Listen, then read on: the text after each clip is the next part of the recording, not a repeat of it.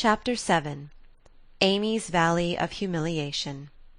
"That boy is a perfect Cyclops, isn't he?" said Amy one day, as Laurie clattered by on horseback, with a flourish of his whip as he passed. "How dare you say so, when he's got both his eyes, and very handsome ones they are, too!" cried Jo, who resented any slighting remarks about her friend. "I didn't say anything about his eyes, and I don't see why you need to fire up when I admire his riding." "Oh, my goodness! That little goose means a centaur, and she called him a Cyclops!" exclaimed Jo, with a burst of laughter. "You needn't be so rude. It's only a lapse of lingy, as Mr. Davis says," retorted Amy, finishing Jo with her Latin.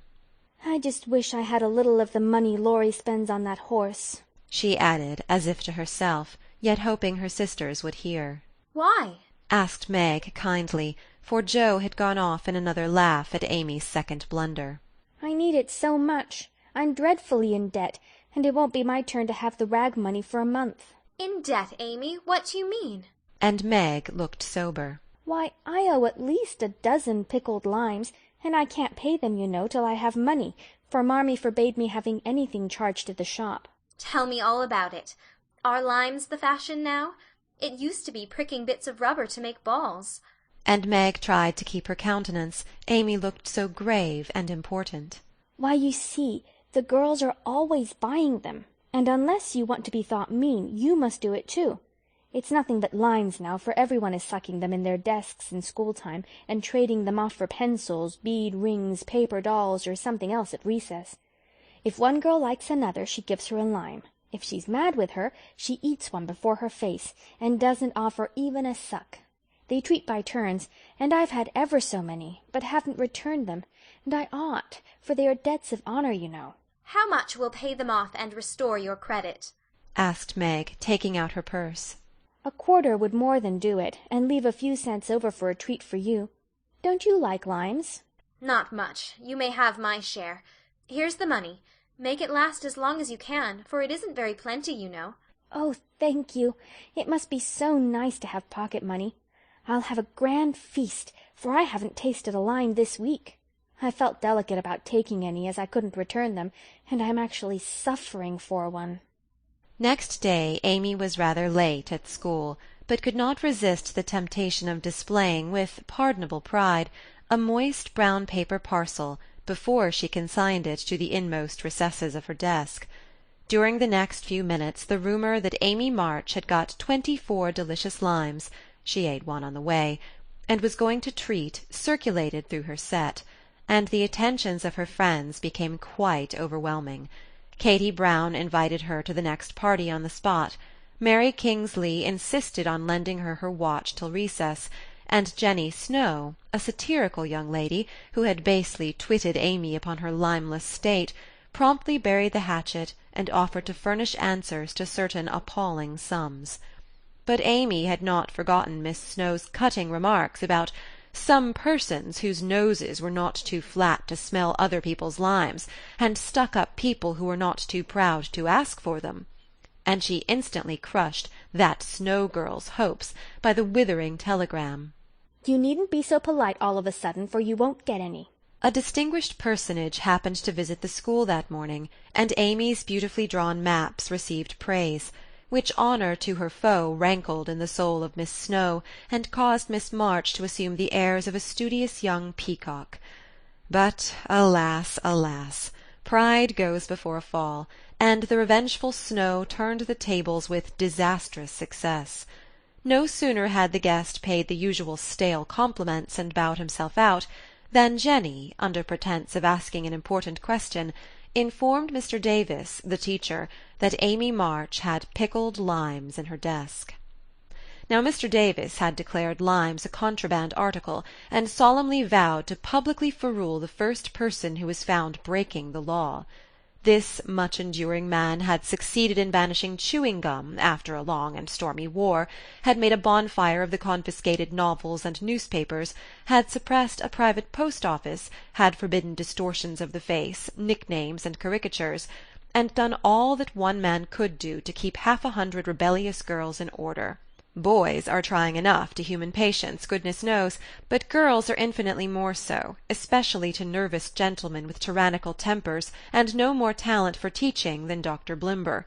Mr. Davis knew any quantity of Greek, Latin, algebra, and ologies of all sorts, so he was called a fine teacher, and manners, morals, feelings, and examples were not considered of any particular importance. It was a most unfortunate moment for denouncing Amy, and Jenny knew it. Mr. Davis had evidently taken his coffee too strong that morning. There was an east wind, which always affected his neuralgia, and his pupils had not done him the credit which he felt he deserved. Therefore, to use the expressive, if not elegant, language of a schoolgirl, he was as nervous as a witch and as cross as a bear. The word limes was like a fire to powder, his yellow face flushed, and he rapped on his desk with an energy which made Jenny skip to her seat with unusual rapidity. "Young ladies, attention, if you please."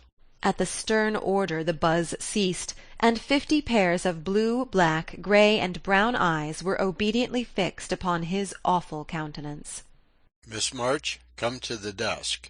Amy rose to comply with outward composure, but a secret fear oppressed her, for the limes weighed upon her conscience. "Bring with you the limes you have in your desk," was the unexpected command which arrested her before she got out of her seat. "Don't take all," whispered her neighbour, a young lady of great presence of mind. Amy hastily shook out half a dozen and laid the rest down before Mr. Davis, feeling that any man possessing a human heart would relent when that delicious perfume met his nose. Unfortunately, Mr. Davis particularly detested the odour of the fashionable pickle, and disgust added to his wrath. "Is that all?" "Not quite," stammered Amy. "Bring the rest immediately." With a despairing glance at her set, she obeyed. "You are sure there are no more?" "I never lie, sir." "So I see.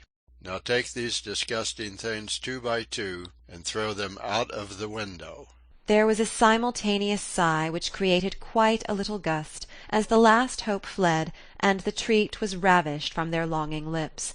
Scarlet with shame and anger, Amy went to and fro 6 dreadful times, and as each doomed couple, looking oh so plump and juicy, fell from her reluctant hands, a shout from the street completed the anguish of the girls, for it told them that their feast was being exulted over by the little Irish children who were their sworn foes. This was too much. All flashed indignant or appealing glances at the inexorable Davis, and one passionate lime lover burst into tears. As Amy returned from her last trip, Mr. Davis gave a portentous "Ahem!" and said in his most impressive manner, "Young ladies, you remember what I said to you a week ago. I am sorry this has happened, but I never allow my rules to be infringed, and I never break my word. Miss March, hold out your hand." Amy started, and put both hands behind her, turning on him an imploring look which pleaded for her better than the words she could not utter. She was rather a favourite with "old Davis," as of course he was called, and it's my private belief that he would have broken his word if the indignation of one irrepressible young lady had not found vent in a hiss. That hiss, faint as it was, irritated the irascible gentleman, and sealed the culprit's fate. "Your hand, Miss March," was the only answer her mute appeal received, and too proud to cry or beseech, Amy set her teeth, threw back her head defiantly, and bore without flinching several tingling blows on her little palm. They were neither many nor heavy, but that made no difference to her. For the first time in her life she had been struck, and the disgrace, in her eyes, was as deep as if he had knocked her down.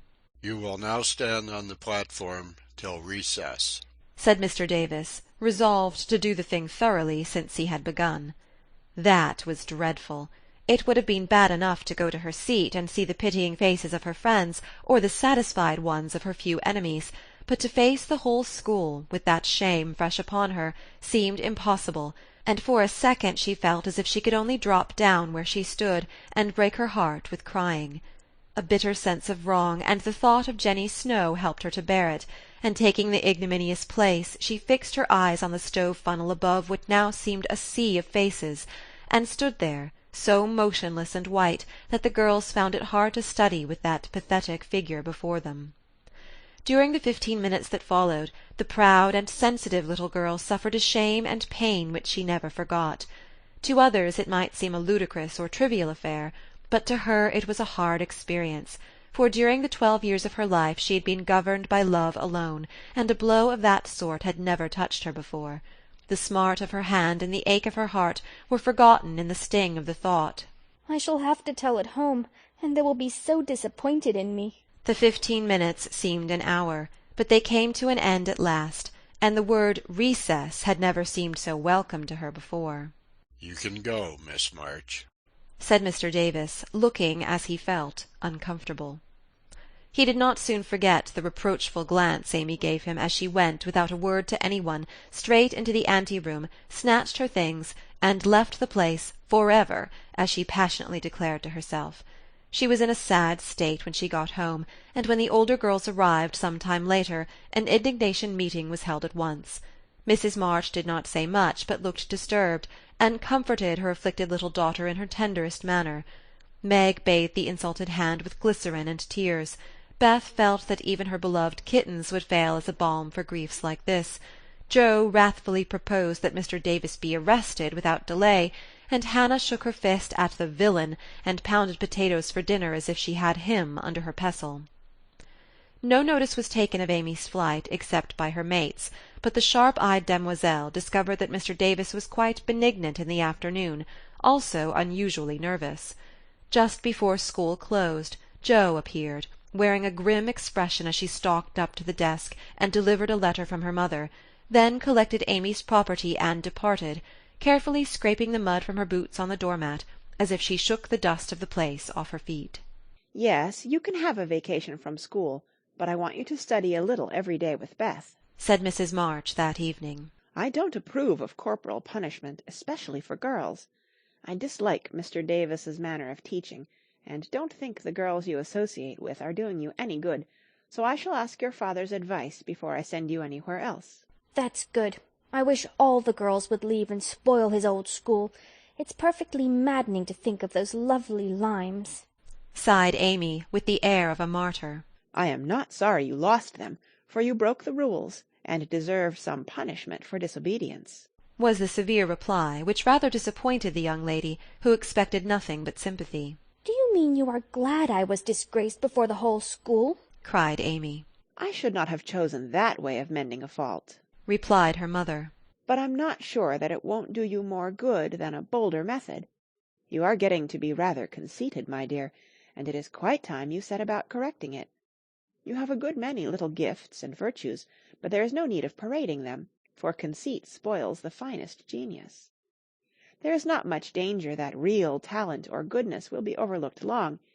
Even if it is, the consciousness of possessing and using it well should satisfy one, and the great charm of all power is modesty."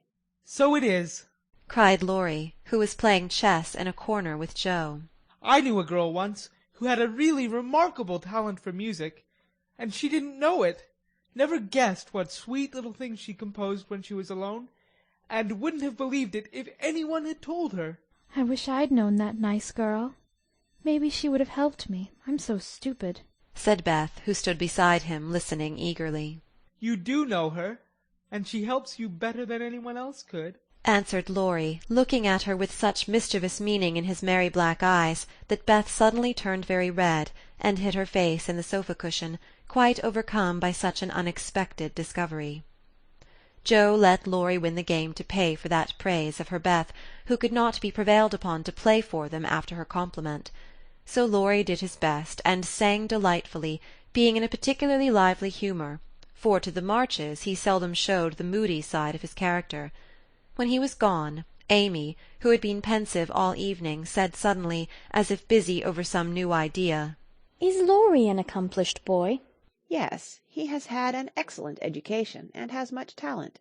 He will make a fine man, if not spoiled by petting," replied her mother.